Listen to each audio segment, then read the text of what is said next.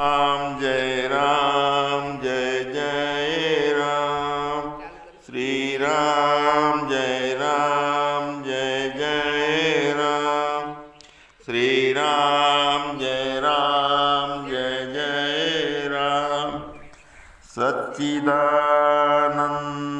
भगवाननी जय सद्गुरु देवनी जय।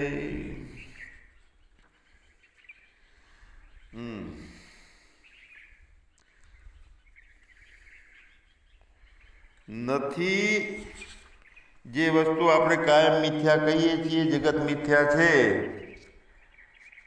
તો એને બિલકુલ નહીં માનવાથી બધાય લાભ છે. નથી એની અંદર માયા ખેલ કરે છે ને હરુપારનું મનાવા છે આપણને ભૂલા પાડે છે. એટલે આપણને એવું લાગે છે કે મારો લાભ મળ્યો નહીં. તો આપણે જ્યારે જાણવાની કોઈ ઈચ્છા કરી અને કોઈ શરૂઆત કરીએ તો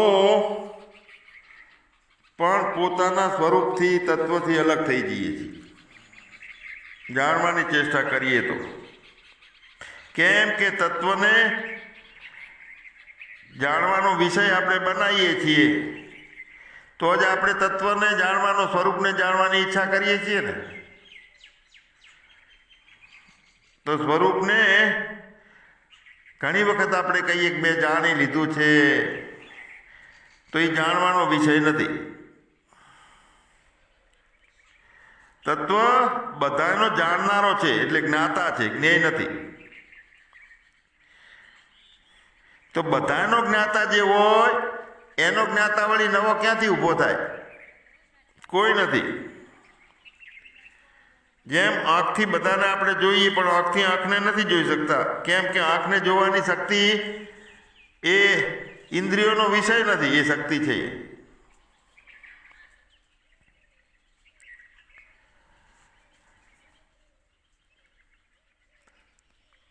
તો જે તત્વ સ્વયં જ પોતે જ પોતાનો જ્ઞાતા છે, પોતે જ પોતાને જાણી શકે છે, પોતે જ પોતાનાથી અને પોતે જ જણાય છે. તો જ્યારે આ માયાના સંબંધ વગર તત્વનું ચિંતન મનન વગેરે કાંઈ થઈ શકે નહીં. જેટલું ચિંતન થાય છે, મનન થાય છે, તો એ તો માયાના સંબંધથી થાય છે. મનન થાય છે, નિધિ ધ્યાસન થાય છે, બધા એમાં માયા હોય છે. તો તત્વનું ચિંતન આપણે કરીએ તો ચિત્ત સાથે રહે છે, મનન કરીએ તો મન સાથે રહે છે, તત્વનો નિશ્ચય આપણે થઈ ગયો છે તો બુદ્ધિ સાથે રહે છે, નિશ્ચય કરવાવાળી. એમ તત્વના દર્શન કરીએ છીએ તો આંખ હોય છે, દ્રષ્ટિ હોય છે હાથે, તો દર્શન થાય. શ્રવણ કરીએ તો શ્રવણની ઇન્દ્રિય હોય, કાન સાથે રહે છે. જો તત્વનું કથન કરીએ, વાણી કરીએ, સત્સંગ કરીએ છીએ તો વાણી સાથે રહે છે. તો આ બધી કેમ વાત કરવી પડી કે જેને આપણે માનવાનું છે, જે તત્વ છે, જેનો આપણે ઈચ્છા કરીએ છીએ, બહુ તડપીએ છીએ જેના માટે, તો એ તત્વને માનશું તો માન્યતા અને માનવા વાળો રહી જાય છે પાછો. જો નથીનો નિષેધ કરીશું બધાનો, નેતિ કરીને, તો નિષેધ કરવા વાળો તો ખરીને એ રહી જાય. અકર્તા બનીએ છીએ તો કર્તૃત્વનો, અભિમાનનો ત્યાગ કરનારો જે અકર્તા તો ઊભો રહ્યો, હું કરતા નથી એવી રીતે. તો મતલબ એ છે કે એક સૂક્ષ્મ અહંકાર સાથે ને સાથે હોય છે, રહી જાય છે. તો ત્યાગ કરવાથી ત્યાગ કરવા વાળો રહી જાય. એટલા માટે કોઈ પણ જાતની માન્યતા નથી કરવાની, કોઈ નિષેધ નથી કરવાનો, કોઈ ગ્રહણ નથી કરવાનું, નથી ત્યાગ કરવાનો, નથી ભોગ કરવાનો. જેમ છે એમ રહી અને પોતાના સ્વરૂપમાં સ્થિરતા અંદરથી બહારથી ચૂપ થઈ જવાય, મૌન થઈ જવાય, મૌન. તો કેમ કે વાસ્તવમાં આપણે જોઈએ તો છે તત્વ છે એ મુખ્ય છે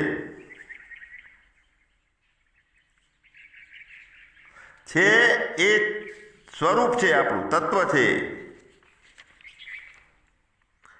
તો એ છે હુંની સાથે સંબંધ હોવાથી છું છે, અને જો હુંનો સંબંધ છૂટી જાય તો છું નહીં રહે, પણ એ છે થઈ જાય. અને છે એ તત્વ છે એ સ્વરૂપ છે એ અસ્તિત્વ છે. પણ હુંની સાથે સંબંધ હોવાથી છું થાય છે, અને હુંનો સંબંધ છૂટી જાય તો એ છું નથી રહેતું, છે થઈ જાય છે. તો આપણે અજ્ઞાન દશામાં ભૂલથી પરમાત્મા પોતાનામાં અહમનો સ્વીકાર આપણે કરી નાખેલો હોય છે કાયમ માટે. તો એ સંબંધ કર્યો છે ત્યારે એનામાં જડતા, પરિચિંતા, અનેકપણું, નથી ગમતું, ગમે છે, અશાંતિ, કર્તૃત્વ, ભોગતૃત્વ, આ બધા વિકારો આવી જાય. ક્યારે આવે છે? અહમનો સ્વીકાર જીવ ભૂલથી કરી નાખે તો પોતાનામાં માન્યો છે એ અહંકારને. તો પોતાનામાં માનેલા અહમને દૂર કરવાને માટે પોતાનામાં જે વાસ્તવિક છે એનો સ્વીકાર કરવાનો છે, તત્વ છે એનો, આત્માનો સ્વીકાર કરવાનો છે. કેમ કે એમાં અહમ નથી, તત્વમાં અહમ નથી ને અહમ દૂર થવાથી ઘણો બધો લાભ થઈ જાય છે. જડતા, પરિચિંતા, વિષમતા, બધાય વિકારોનો તદ્દન અભાવ થઈ જાય એમાં. ક્યારે? અહમ દૂર થવાથી. પોતાનામાં છે રૂપથી છું છે બની જાય ને એ તત્વ છે. તો એ તત્વનો સ્વીકાર કરવો, તો એ પોતાનામાં તત્વનો સ્વીકાર કર્યો તો ભેદ અને ભેદનો પોષણ કરવા વાળો એ નથી. કેમ કે એ તો ભેદોનો નાશ કરવા વાળો છે. એટલે પોતાનામાં છે નો સ્વીકાર કરવાનો છે. અને પોતાનામાં છે રહેવાથી પોતાનો હું ખતમ થઈ જાય છે. હું છે ભેગા રહી શકતા જ નથી. જ્ઞાન ગલી અતિ સાકરી તામે દો ન સમાય. કાં તો છે રે અને કાં તો હું રે. હું તો છે નથી અને હું છે ઢંકાઈ ગયો છે. હું થાય છે તો, અને છે આવે છે તો હું ગોતો જડે નહીં એમ. એટલે જ્યારે હું ના રહે, અહમ નહીં રહે, તો પછી અહમથી ઉત્પન્ન થવા વાળા જેટલા ભેદો, વિકારો, જ્ઞાન, અજ્ઞાન બધું દૂર થઈ જાય. તો એ અહમને દૂર કરવો એ મોટામાં મોટું કાર્ય છે. સૂક્ષ્મમાં રહેલો એ દૂર થવો જોઈએ. તો અહમને દૂર કરવા માટે છુની જગ્યાએ છેનો સ્વીકાર આપણે કરી લેવાનો.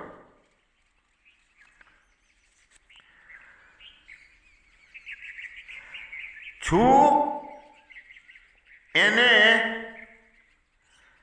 આંગળી પકડી અને છેમાં મૂકી આપવાનો જઈને કે જા તું એમાં ખોવાઈ જા. છૂને છેમાં ખોવડાવી દેવાનો, અર્પિત કરી દેવાનો. મતલબ છે રૂપથી સર્વરૂપી પરમાત્મા તત્વની શરણમાં જવાનું છે. કોણ જાય? છું શરણમાં જતો રહેશે. હું તો જતો રહ્યો સમજી લો, પણ જ્ઞાનની અંદર પરમ જ્ઞાનથી એ છું ઉભો રહે. તો સર્વવ્યાપી પરમાત્મા તત્વની શરણમાં છું રૂપથી જવાનું છે. તો એ શું થશે? અહમ તો રહેશે જ નહીં. મતલબ કે હું, તું, આ, તે, મારું, તારું એ બધું બંધ થઈ જાય. ફક્ત છે, બીજું કાંઈ ના રહે. હવે એમાં બે આવે છે. જો એક ચપ્પુ છે, ચપ્પુ તરબૂચ ઉપર ફેંકીએ અથવા તરબૂચને ચપ્પુ ઉપર ફેંકીએ. ચપ્પુને તરબૂચ ઉપર ફેંકીએ તોય તરબૂચ કપાય છે, અને તરબૂચને ચપ્પુ ઉપર ફેંકીએ તોય તરબૂચ કપાય છે. કપાય છે તો તરબૂચ જ. તો એ રીતે છેને છુમાં મેળવીએ અથવા છુને છેમાં મેળવવો. પણ નાશ કોનો થાય છે? તરબૂચનો, છુનો નાશ થાય છે. છેને છુમાં મેળવીએ તોય છુનો નાશ થાય, ને છુને છેમાં જવા દઈએ તો છુનો નાશ થાય.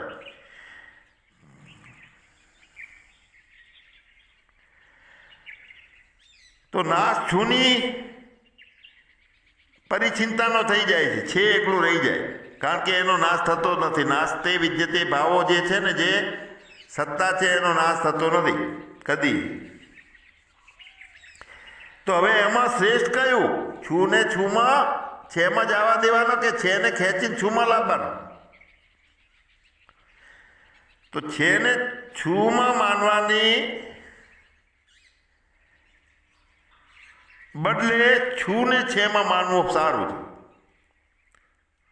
જો આ છૂન છે એમાં મગજ કંટાળી જશે, ખબર નહીં પડે કોઈ. છેને છું માનવાના બદલે છુને છેમાં માનવું એ ઉત્તમ છે. છુને છેમાં માનવું છે એ વ્યાપક સત્તા છે, કાયમ રહે છે. એટલે કારણ કે છુમાં પહેલેથી પરિચિંતાનો સંસ્કાર રહે છે છુમાં. તો છેને છુમાં માનવાથી પરિચિંતા જેટલી હોય ને એ જલ્દી નષ્ટ થઈ જાય છે. એટલે જો છેલ્લે થોડુંક રહી જતું હોય તો આ થાય છે, ભૂલારી થાય છે. છેને છુમાં નથી મેળવી દેવાનો, છુને છેમાં જવા દેવાનો છે. છુને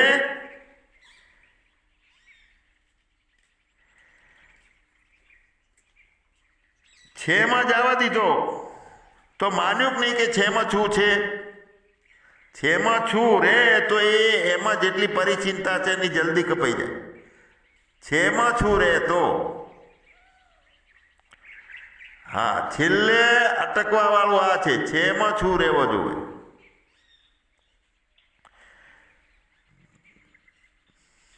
એટલે કે સ્વરૂપમાં સ્થિત થવાની બદલે પરમાત્માનો આશ્રય લેવો શ્રેષ્ઠ છે. આ વાત આવે છે. સત્તા રૂપે પરમાત્માનો આશરો, એટલે કે પરમાત્મા સિવાય બીજું કાંઈ નહીં, એક જ આશરો પરમાત્માનો. હવે સ્વરૂપમાં સ્થિતિ થવાથી શું થાય છે? તો પરિચિંતાઓ આવી જાય, પાછી રહી જાય, માયા અસર કરે. પરમાત્મા સિવાય કોઈ પોતાનો થઈ શકતો નથી, કારણ કે વાસ્તવમાં પોતાના તે જ થઈ શકે છે કે જે આપણાથી અલગ ના થઈ શકે તે પોતાનો કહેવાય. અને આપણે તેનાથી અલગ ના થઈ શકીએ.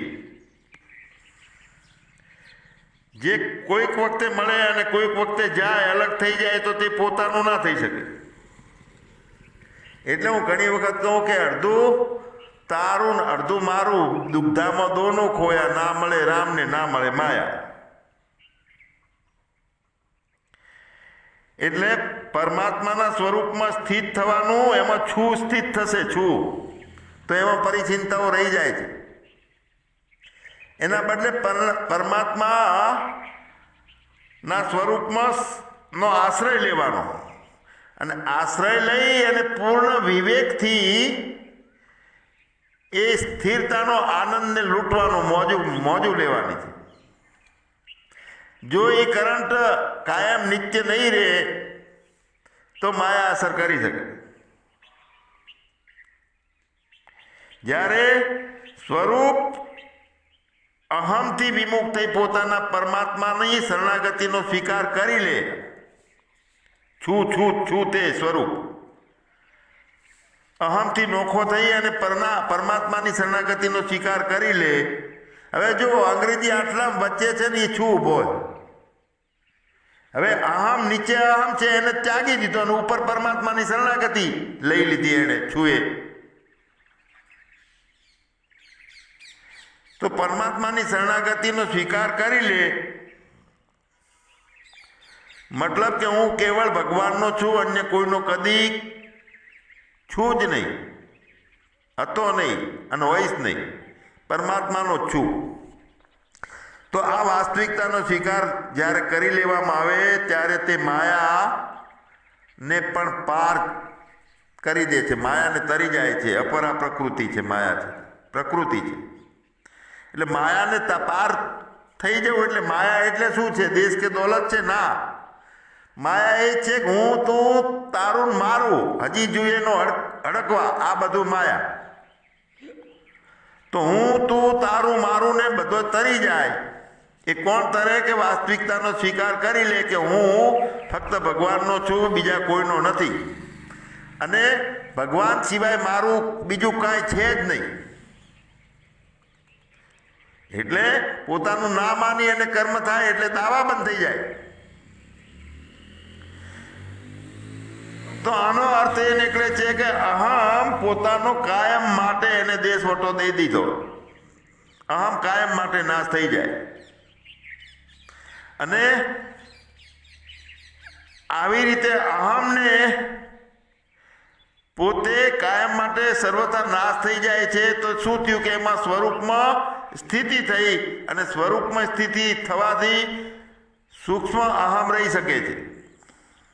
પણ ભગવાનનો આશ્રય લેવાથી સંપૂર્ણ રીતે અહમ દૂર કરી શકાય છે. ભગવાનનો આશ્રય એટલે ભગવાન મારો છે અને મારું બીજું કાંઈ નથી, કોઈ નથી. અને જાહી વિધિ રાખે રામ તાહી વિધિ રહ્યો. કેમ કે સ્વયં શરણાગત ભક્તના અહમનો નાશ કરી દે છે ભગવાન. જેને શરણાગતિ કરી હોય તો એનો અહમનો નાશ પરમાત્મા કરે છે. એવા સંજોગો આવે કે અહમનો નાશ થઈ જાય. અને અહમનો નાશ થઈ જાય, મૂળ વાત એ આવી છે કે અહમનો આમ વ્યવસ્થિત રીતે નાશ થવો જોઈએ. એટલા માટે પરમ જ્ઞાન નિષ્ઠાના આ પ્રવચનો છે.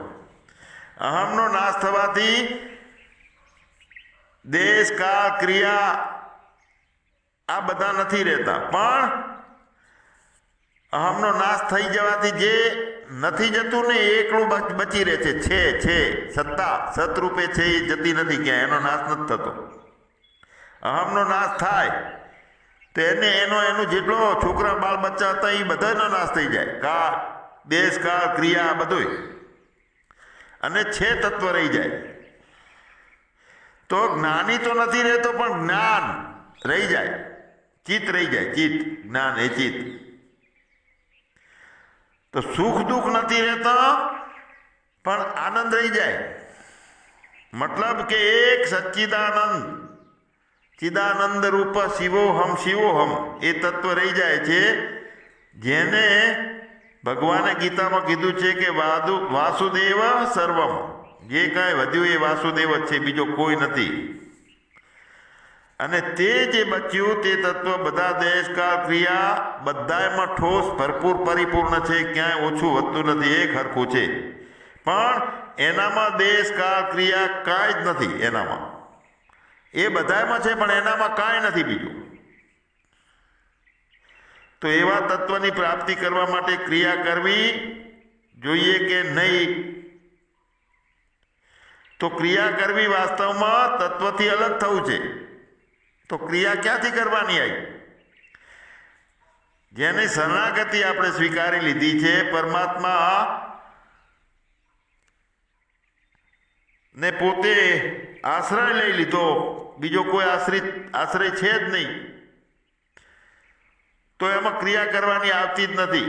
અને જો ક્રિયા કરીએ છીએ તો તત્વથી અલગ થવાનું થયું. કેમ કે ક્રિયા કરવાથી કરતા રહે છે, અને કરતા રહે છે તો તત્વની પ્રાપ્તિ નથી રહેતી. તો આત્મચિંતન કરવાનું કે નહીં? તો એમાં ના. આત્મચિંતન કરવાથી બોધ નહીં થાય, નહીં રહે. કેમ કે આત્મચિંતન કરવાથી ચિંતક એની અંદર આવે છે, ચિંતક રહેશે એમાં, ચિંતન કરવા વાળો. અને ચિંતક રહે છે મતલબ કે અનાત્માની સત્તા પાછી આપી આપણે રહી, અનાત્માની સત્તા પાછી ટકી રહી એવું લાગે, ટકાઈ આપણે.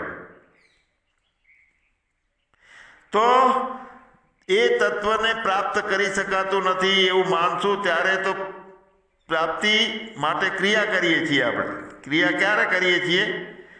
તત્વને પ્રાપ્ત નથી કરી શકતા એવું માન્યું એટલે ક્રિયા કરવાનું ચાલુ થયું. એટલે અનાત્માની સત્તા માની તો અનાત્માનો ત્યાગ અને આત્માનું ચિંતન, બે કરવાનું. એટલે નથી તેને નહીં માનવાથી જ લાભ છે. જ્ઞાની ન રહે અને જ્ઞાન એકલું રહે તો એની અંદર બીજી કોઈ માન્યતા કરવાની નહીં. ઉપાસનાની, કર્મની કે નોખો છે કે ભેગો છે, કાંઈ નહીં. અને એવા અક્રિય તત્વની અંદર જો 1-2 સેકન્ડ માટે પણ આપણી એમાં ભૂમિકા જઈ તો એ અક્રિય તત્વમાં એટલી અપાર શક્તિ રહેલી છે કે એની તોલે કોઈ આવી શકે એમ નથી. 1-2 સેકન્ડ પણ જો એ ચૂપ સત્તા જે છે, સ્થિરતાની સત્તા જે છે એમાં જઈએ તો એનાથી એક શક્તિ મળે છે. અને એ શક્તિ જે સહયોગથી જે રુચિ આપણી રસ કેળવાયેલો રહે છે, સંસારની આસક્તિ રહે છે, આ બધાનો નાશ એ શક્તિ કરી શકે છે. અક્રિય તત્વમાં ખાલી 2 સેકન્ડ પણ ચૂપ સત્તામાં સ્થિરતા આપણી આવે છે ત્યારે એટલી તાકાત મળે છે કે જે નહોતું છૂટતું એ પળવારમાં છૂટી શકે છે. એ શક્તિ આવે છે કેમ કે એ અક્રિય તત્વમાં અપાર શક્તિ છે. બધી શક્તિઓ અક્રિય તત્વથી છે અને એનાથી પ્રગટ થાય છે. જેટલી શક્તિઓ, અણુબોમ્બની શક્તિ હોય કે ગમે તે હોય, તો એ રહે છે બધી કેમાં? એ બધાનો બાપ છે, અક્રિય સત્તા છે તે. તો બધી શક્તિઓ અક્રિય તત્વ જે છે કહીએ છીએ એનાથી જ પ્રગટ થાય છે, એમાં રહે છે અને એમાં લીન થાય છે પાછી બધી શક્તિઓ. તો સંસારની દરેક ક્રિયા પછી અક્રિયતા આવે છે. અક્રિયતાથી જ ફરી ક્રિયા કરવાની શક્તિ મળે છે. રાત્રે ઊંઘ આવે છે તો વળી ચાલવાની શક્તિ, આરામ લીધો ને એટલે ચાલવાથી થાક્યા, ચાલવાનું બંધ થયું, વળી પાછી શક્તિ મળી. બોલતા થાકી જઈએ ને એટલે ઘડીક વાર ચૂપ થઈ જઈએ, ફરીથી બોલવાની શક્તિ આવે છે એમાં. ચાલતા થાકીને પડીએ, પછી થોડી વાર આમ પડ્યા રહીએ તો ફરી પાછી તાકાત આવે ચાલવાની. આખો દિવસ કામ કરતા રાત્રે સૂઈ જઈએ એટલે ફરીથી શરીરમાં તાજગી, ફરીથી કામ કરવાની શક્તિ આવી જાય. તો દરેક ક્રિયા, વૃત્તિ વગેરેની જે વૃત્તિ બંધ થાય છે ને ચાલુ થાય છે, ક્રિયા બંધ થાય છે ને ચાલુ થાય છે, એની વચ્ચે જે સંધિ છે એમાં અક્રિય તત્વ સદા ઝળકતું રહેલું છે. એટલે એમાં વિશ્રાંતિ લેવાની. એક વૃત્તિ ઉઠે પછી બીજી ઉઠવા ના દઈએ તો એ ઉઠવા ના દેવા વાળો ઊભો રહે છે, પણ એમાં ચૂપ રહીએ. 2 વૃત્તિઓ થતી હોય વચ્ચે સંધિકાળમાં ચૂપ રહીએ તો આ અનુભવ થઈ જાય છે. તો આવા પોતાના સ્વરૂપમાં સ્થિર થવાથી સૂક્ષ્મ અહમ પણ રહી શકતો નથી. ચૂપ થવાથી પોતાના સ્વરૂપમાં તો એનો વધારે પ્રકાશ બધા આપણા ભાઈઓ, કારણ કે આ તો જે ચૂપ તત્વ છે, અક્રિય તત્વમાં ચૂપ થઈએ તો સ્વયંભૂ જે તત્વ છે એનો અનુભવ થઈ જાય છે. કારણ કે એ અક્રિય તત્વમાં ચૂપ થઈએ તો વાસ્તવમાં ચૂપ એ પોતે સ્વાભાવિક અને સહજ સ્વતઃ સિદ્ધ છે. ચૂપ છે એમાં કોઈ કોશિશ કરવાની નથી. એટલે ઘણી વખત કહીએ કે હવે ઠરવાનું, રહેવાનું, ઓગળવાનું, આ બધું એ છે. તો એમાં કોઈ કોશિશ નથી કરવાની, પણ ફક્ત નથીની અસ્વીકાર કરવાનો છે. નથી એને પોતાનું નહીં માનવાનું. સચ્ચિદાનંદ ભગવાનની જય. સદગુરુ દેવની